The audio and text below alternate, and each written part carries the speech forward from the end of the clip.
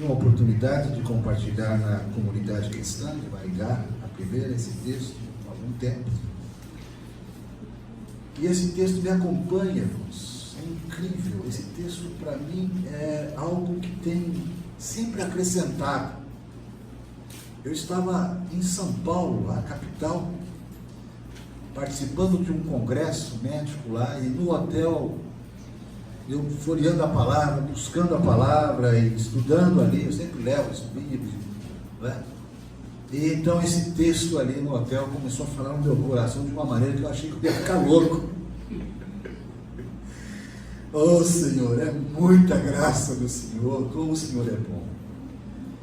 Então vamos ler a partir do versículo 6 de Isaías 55 até o 13.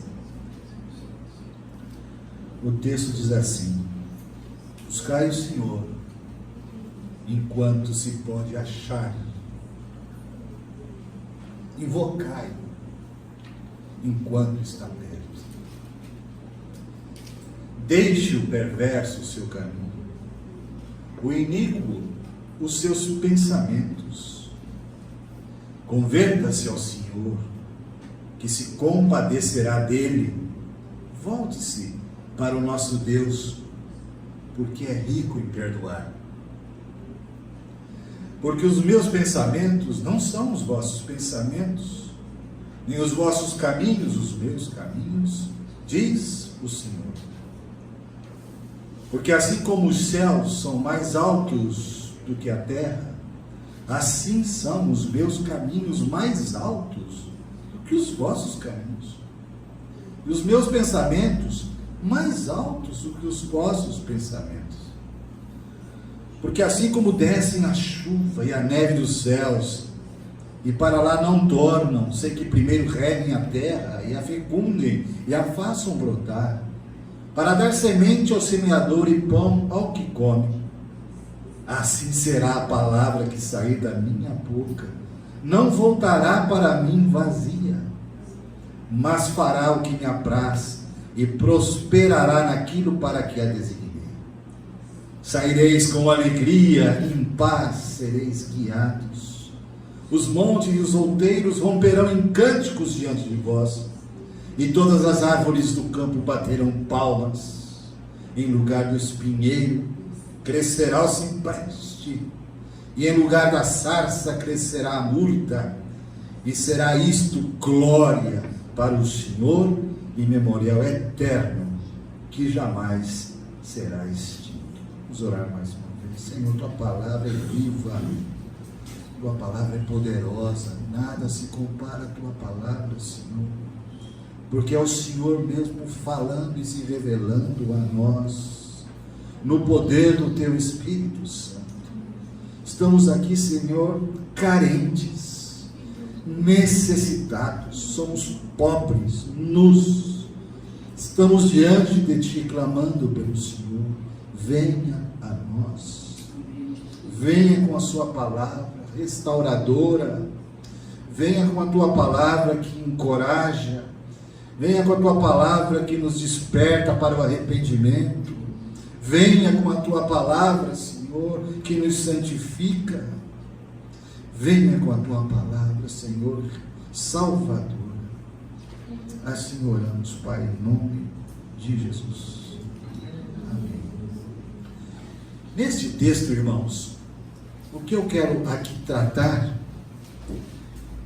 é que nós podemos identificar aqui 5 marcas que acompanham um genuíno cristão. 5 marcas, ou 5 características, ou 5 disposições que acompanham um verdadeiro nascido de novo, um genuíno cristão. E para também ajudar na compreensão desse texto, eu gostaria de destacar algumas palavras-chave, que são alguns verbos, porque verbo denota ação. Então a ação é aquilo que nós fazemos, é como procedemos, é como agimos, é como nos dispomos. A palavra de Deus fala lá em Mateus 7, o Senhor Jesus disse que Você conhece uma árvore pelo quê? Pelos frutos. Os frutos são os resultados da vida de alguém, não é? Então as características que vão se manifestar, se alguém é genuíno ou não, elas vão estar ali aparecendo e serão vistas. Então vamos lá. No versículo 6, o verbo fundamental aqui é buscar. Um autêntico cristão busca. O segundo verbo importante, uma marca característica de um cristão genuíno, no versículo 7. Deixe, ou deixar. Deixe o perverso em seu caminho, o iníquo os seus pensamentos. Ele está aprendendo a deixar. Então começa com buscar, deixar. Então vamos com esse deixar também no versículo 8 e o versículo 9. Quando chegamos no versículo 10, nós temos o terceiro verbo, renovar. É alguém que está sempre renovando a sua vida diante de Deus. Então, o terceiro verbo, renovar. E vai no versículo 11 também. Agora, no versículo 12, mais um verbo. Que eu coloquei aqui é: saireis com alegria e em paz sereis guiados. Eu quero colocar aqui o verbo desfrutar. Há um resultado maravilhoso daquele que está andando genuinamente com o Senhor, que é o desfrute. E por último, no versículo 13, o verbo aqui é crescerá. Então, um autêntico cristão, ele está sempre o quê? Deveria estar sempre crescendo no Senhor. Ou seja, crescendo em estatura, crescendo em maturidade. Então nós vamos, pela graça de Deus, avaliar todas essas características. E temos que começar pelo começo. E eu diria até que a característica principal é a primeira, não está aqui por acaso. Dentre todas, a mais importante, e eu diria até que as outras vão depender da realidade dessa primeira ação ou atitude, que é justamente o buscar. O texto diz: buscai o Senhor enquanto se pode achar, invocai-o enquanto está perto. Irmãos, uma característica de um nascido de novo, esse alguém é alguém que tem sede de Deus. É alguém que tem sempre uma insatisfação, tem um anelo, tem um anseio por Deus. Isso é inexplicável, porque o homem natural que não nasceu de novo, não foi regenerado, ele não tem anseio por Deus. Ele não pensa em Deus, ele não busca Deus. Ele busca as suas coisas, seus projetos particulares. Mas ele não tem esse anelo por Deus.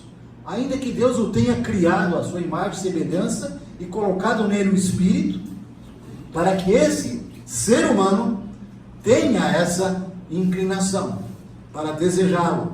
Mas o pecado mortificou, o Espírito mortificado, então está apagado. Então ele não se manifesta assim. Ah, irmão, minha irmã, se você está sempre assim, oh Deus, incomodado, insatisfeito, Senhor, preciso mais de Ti. Esse é o sentimento de alguém que pertence ao Senhor. Esse é um verdadeiro filho de Deus, filha de Deus. Tem esse anseio pelo Senhor. Comunhão com o Senhor.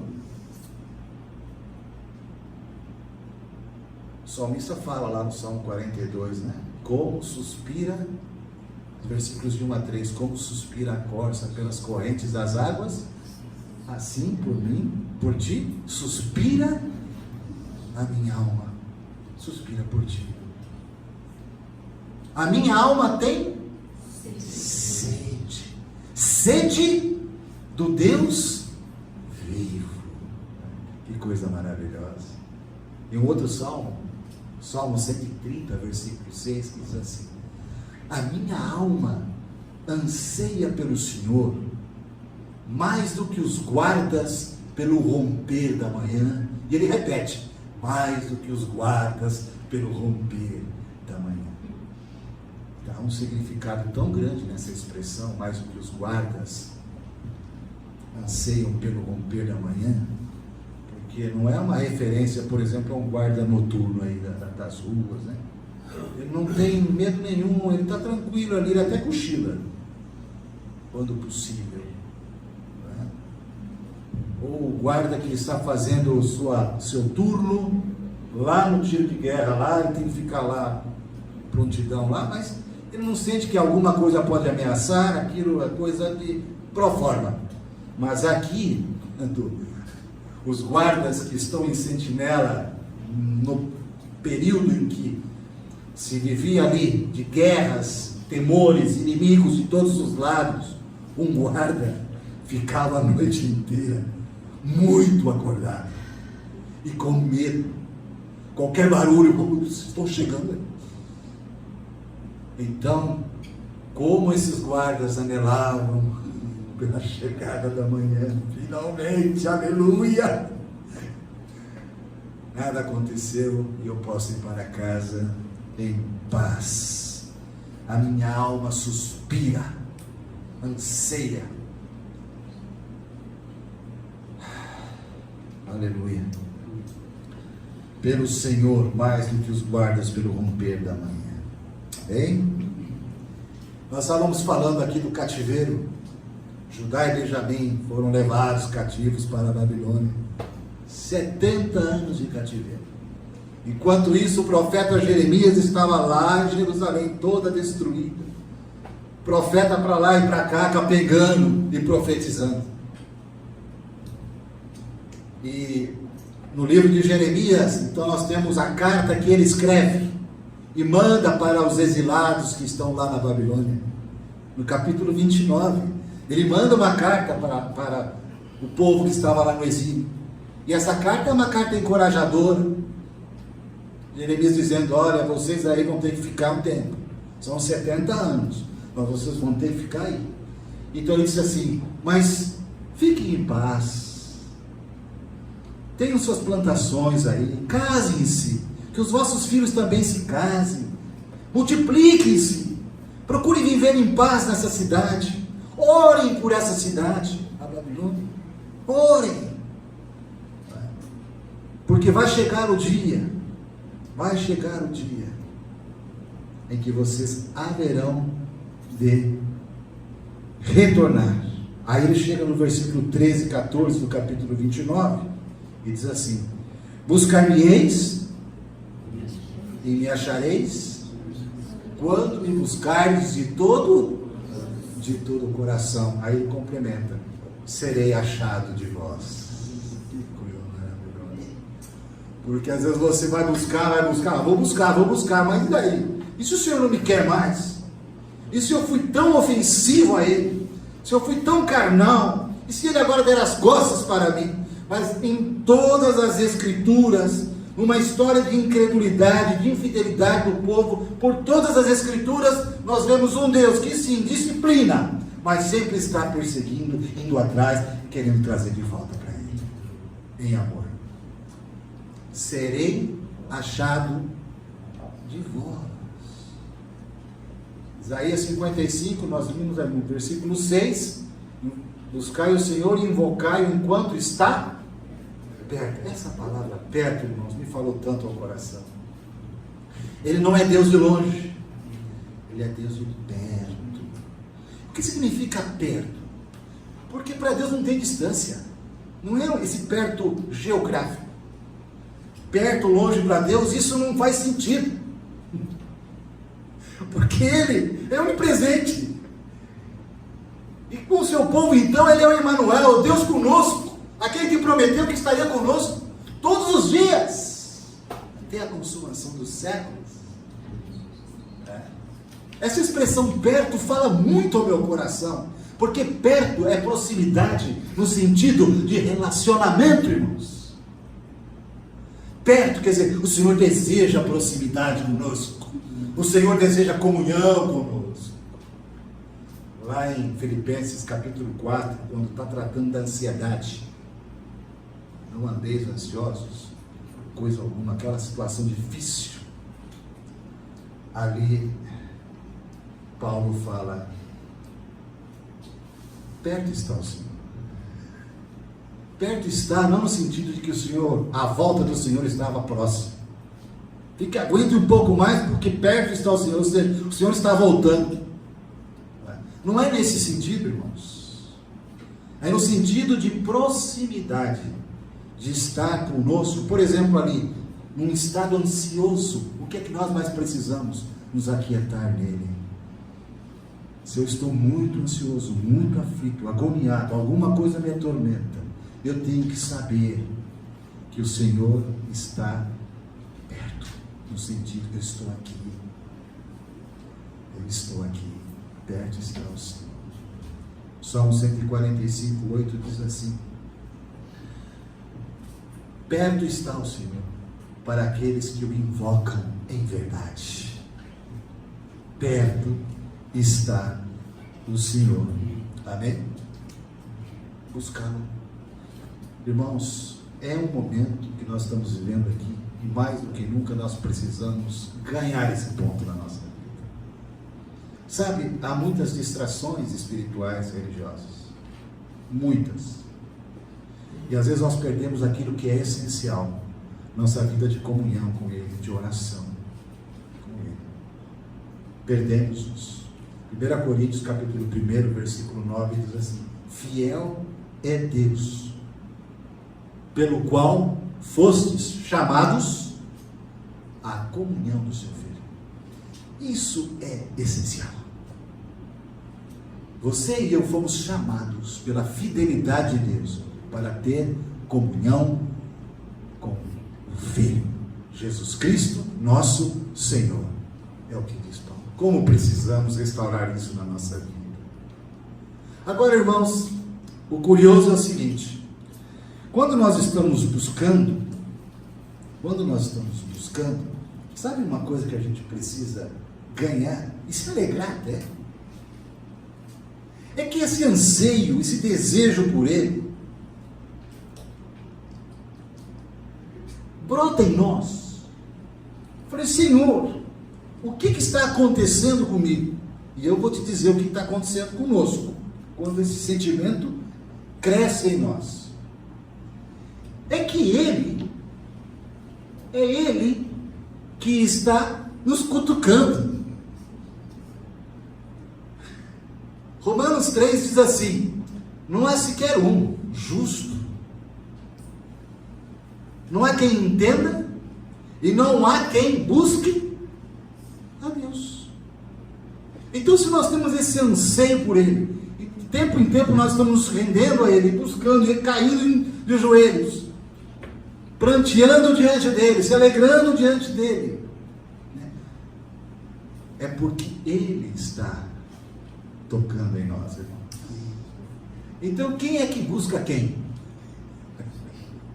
Que maravilha! Irmãos, não é a ovelha perdida que busca o pastor.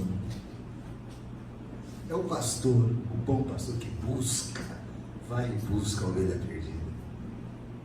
E vem também a figura do filho pródigo, do pai, o pai pródigo. Figura, é a parábola do pai, né? A iniciativa de ir ao encontro. A narrativa é maravilhosa. É um pai que não se importa com o que os outros estão pensando, porque dentro da cultura do Oriente Médio era inaceitável que um patriarca, com aquelas suas roupas largas, desengonçadas, que ele corresse daquele jeito ao encontro de um filho que o rejeitou. Abandonou a casa, todas as responsabilidades da casa, e lá vai aquele pai ao encontro daquele filho. É o samaritano que vai buscar aquele que está moribundo. quase morto, nada podia fazer por si mesmo, mas lá vai ele, o chamado bom samaritano, resgatar aquela vida, não é? Então, essa questão, irmãos, do Senhor vir, tomar a iniciativa. Se você olhar lá em Filipenses capítulo 2, tem os versículos 12 e 13 lá. O que diz lá? Desenvolvei a vossa salvação com temor e tremor. Isso é responsabilidade nossa. Mas a gente acha que... Desculpe, irmãos, mas é incrível. Vamos desenvolver a salvação. Preciso desenvolvê-la. Preciso crescer. Eu vou. Eu quero. Mas essa responsabilidade é uma resposta. Se eu dou um sim que eu quero a Ele, é uma resposta a quê? Do versículo seguinte. É Deus que opera em vós, tanto querer como realizar. Então o nosso querer por Ele, o querer e o realizar, é decorrente certamente dessa ação maravilhosa do Senhor. O Senhor vem em nossa direção. Amém? Eu desejo desejar a Deus porque Deus deseja que eu o deseje. Dá para entender isso? Não é loucura, hein? Eu vou ficar louco, Senhor. O Senhor é maravilhoso, surpreendente. Senhor Jesus. Romanos capítulo 2, versículo 4. Ou desprezas a riqueza da sua bondade, sabendo que é o Senhor, é Ele, é a bondade dEle que te concede arrependimento. Até para arrepender, nós temos que entender que é Ele agindo no nosso coração. Isso nos dá uma condição, sabe do que, irmãos? De total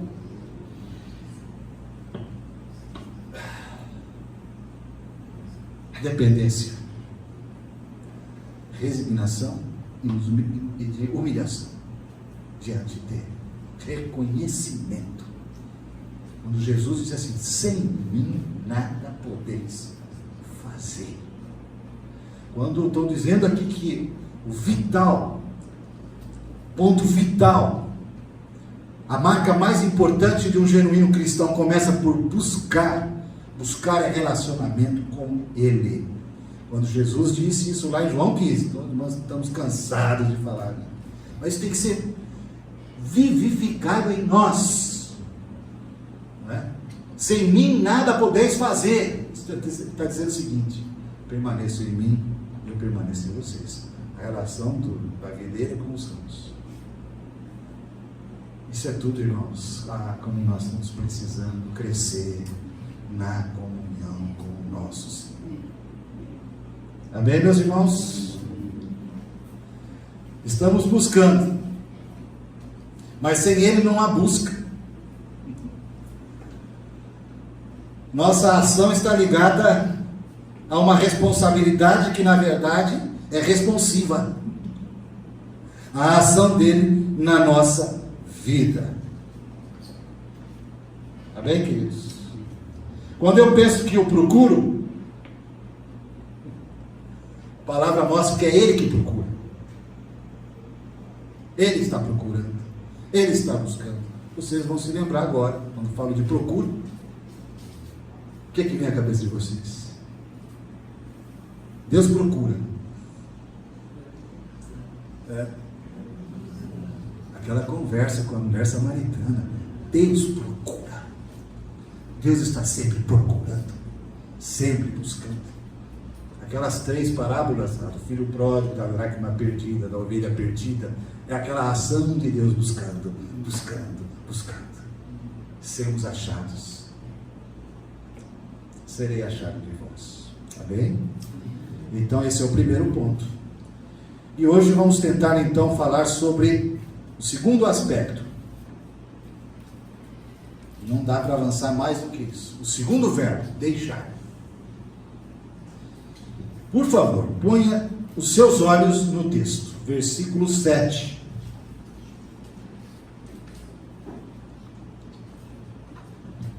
Eu quero destacar duas coisas aqui, prestem atenção. Deixe o perverso o seu caminho, ok? Caminho. Perverso é deixar o caminho. Caminho fala do que, irmãos? O que é caminho? Andar é a nossa vida.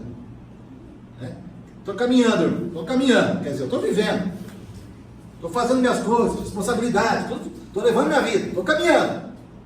Temos um caminho a seguir, ou seja, estamos vivendo, né? Estamos de alguma forma agindo aqui e ali, ok? Estamos nos dispondo a muitas coisas, estamos agindo. Isso é caminho. Agora veja a segunda parte. O iníquo, os seus pensamentos. Então, por favor, caminho é como andamos. Pensamentos. E agora? O que nós fazemos essa conjunção? É que não existe nenhum caminhar sem pensar. O caminhar é a ação. Mas não existe uma ação sem antes o quê? Uma meditação. Ou um pensamento. A mente é tão fundamental na nossa constituição, irmãos. Porque o fluxo de pensamentos vão gerar então em nós disposições. É nos pensamentos que começam as coisas. Para eu ter uma vontade e fazer então essa vontade acontecer, eu preciso primeiro engendrar isso. Isso precisa rodar aqui dentro, na cabeça. E isso às vezes se torna sonho, até obsessão. E você então vai ter uma atitude com relação a isso. Ou seja, como se vive, depende de como se pensa. Está muito claro isso daqui, irmãos. Agora veja o restante do versículo. Converta-se ao Senhor, que se compadecerá dele, e volte-se para o nosso Deus, porque é rico em perdoar. Eu quero falar sobre conversão. Por quê? Porque deixar, esse segundo aspecto, tem a ver com a nossa vida de conversão. Quando é que você se converteu? Vamos esclarecer esse conceito. Conversão. O que é conversão, irmãos?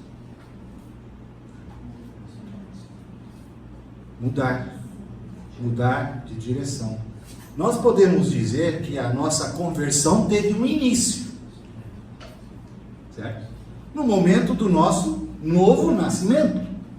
Quando fomos regenerados, começou uma vida nova. Começou o quê? Uma conversão. Eu andava assim, agora mudou o rumo. Mas a partir daí, irmãos, nós estamos num processo de conversão que é a vida toda. Conversão não é igual a regeneração. Entende? É por isso que, quando aqui a palavra fala converta-se, está ligado a um caminho e uma maneira de pensar a nossa vida, ou seja. Então nós temos que estar aprendendo a deixar. E isso é presente contínuo. Sempre deixando. Porque a gente pega de volta. Aí deixa de novo, larga. Aquela luta, aquele conflito dentro de nós. Essa dicotomia do coração. Lá em Jeremias fala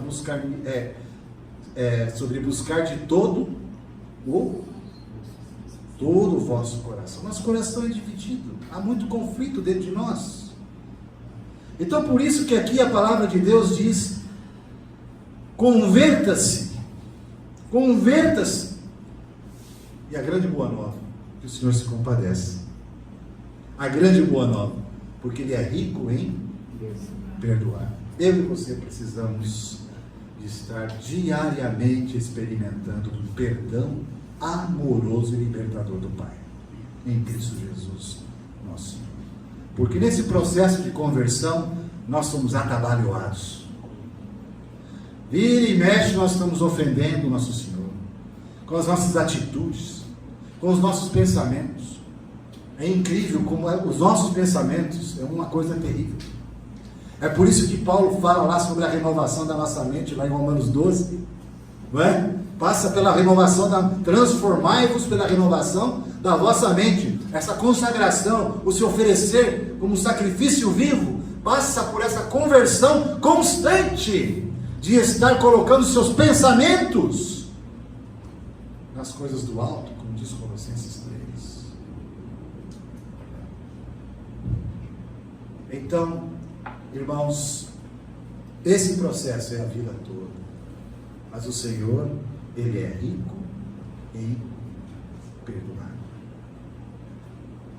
O processo está todo na nossa cabeça, os nossos pensamentos. E Deus fala aqui, porque os meus pensamentos não são os vossos pensamentos, e nem os vossos caminhos, os meus caminhos. É interessante que Deus tem o caminho dele e tem os pensamentos dele. Ele faz essa analogia. O que o texto, presta atenção, o que o texto aqui está dizendo sobre Deus, nos seus pensamentos? Quando ele diz que os meus pensamentos não são os vossos pensamentos, o que ele está querendo dizer com esses pensamentos de Deus? Por que não são?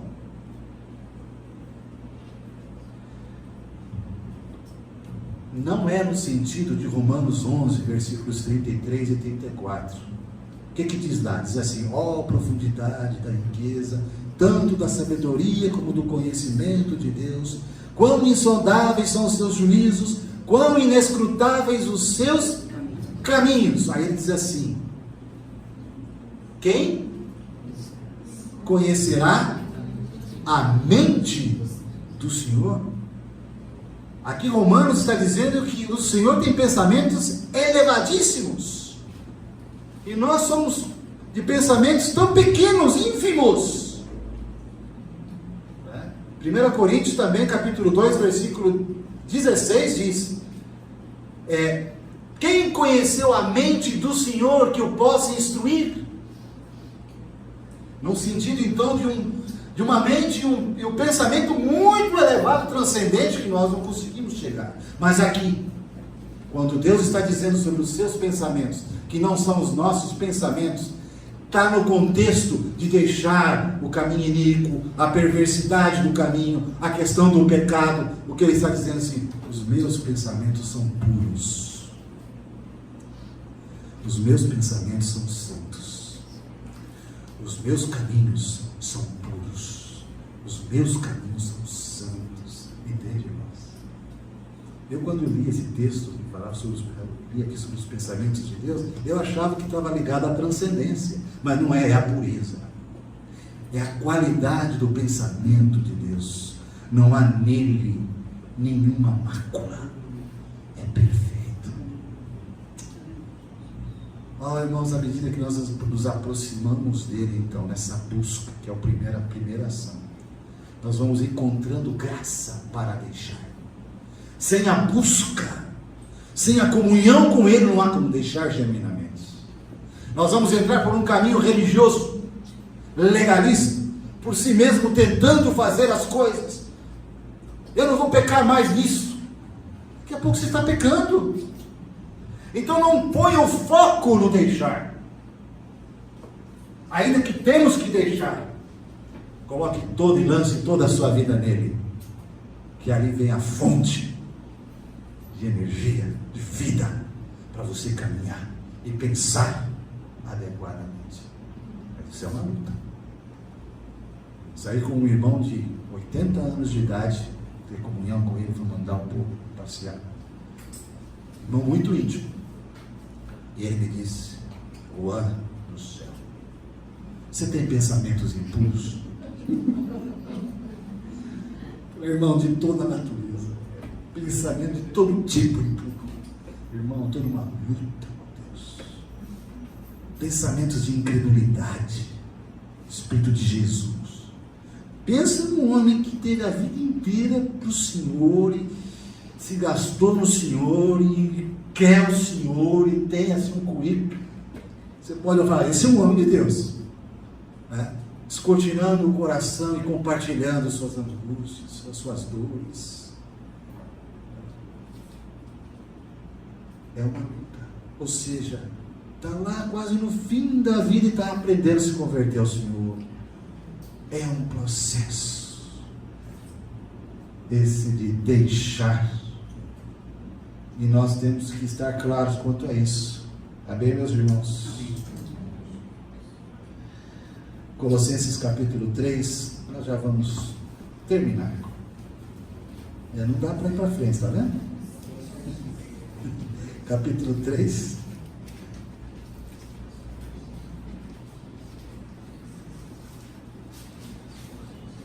Quem achou aí? Por favor, leia para mim na sua Bíblia 1 e 2.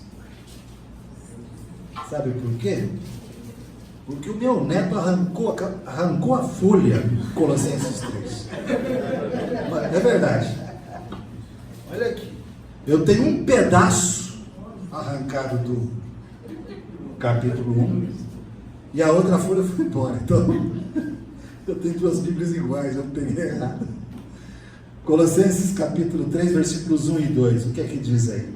Portanto, se já ressuscitastes com Cristo, buscai as coisas que são de cima, onde Cristo está sentado à destra de Deus.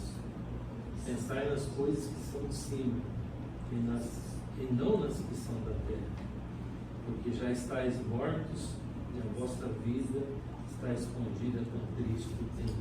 Olha que texto importante, aí tem um pacote do que nós já falamos aqui. O que ele fala aí? Buscai.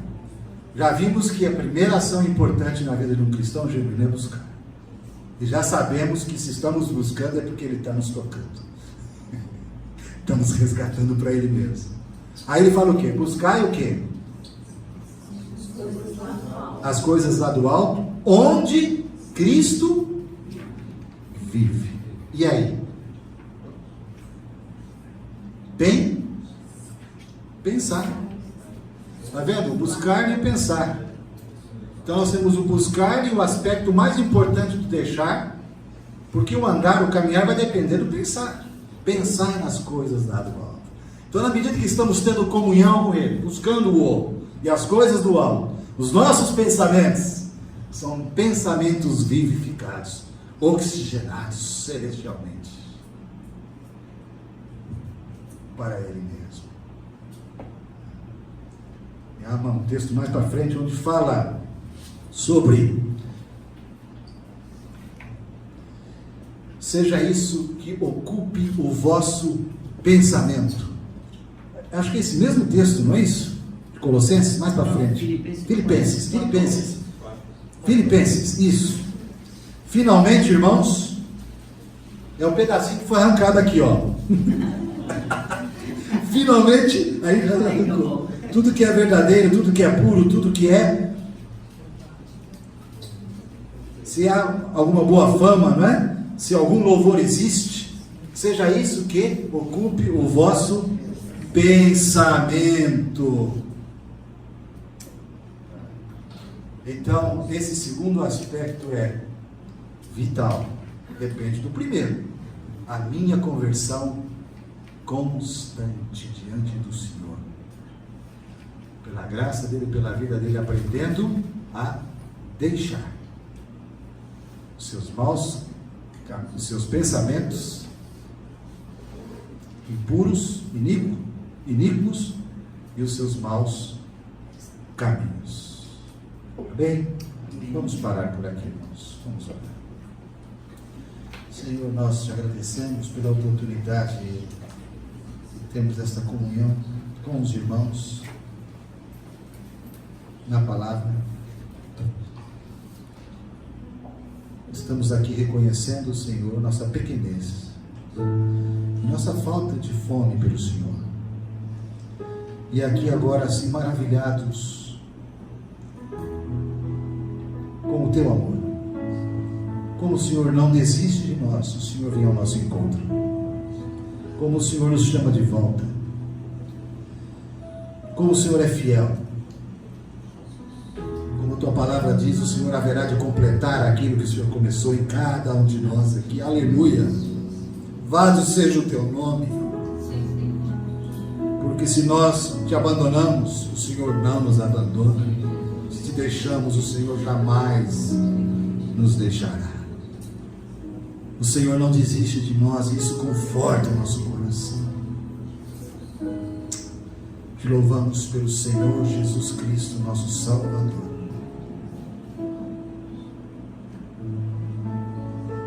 Nosso bendito Senhor está sentado nos céus. Onde Cristo vive, lá é a nossa comunhão com Ele. Cristo nosso Senhor. Para nos dar a graça, Senhor, de caminharmos de uma maneira que te agrade. Resgata-nos mais e mais para ti mesmo, Senhor. Aumenta a nossa fome e a nossa sede pelo Senhor. Aumenta, Senhor. Aumenta, Senhor.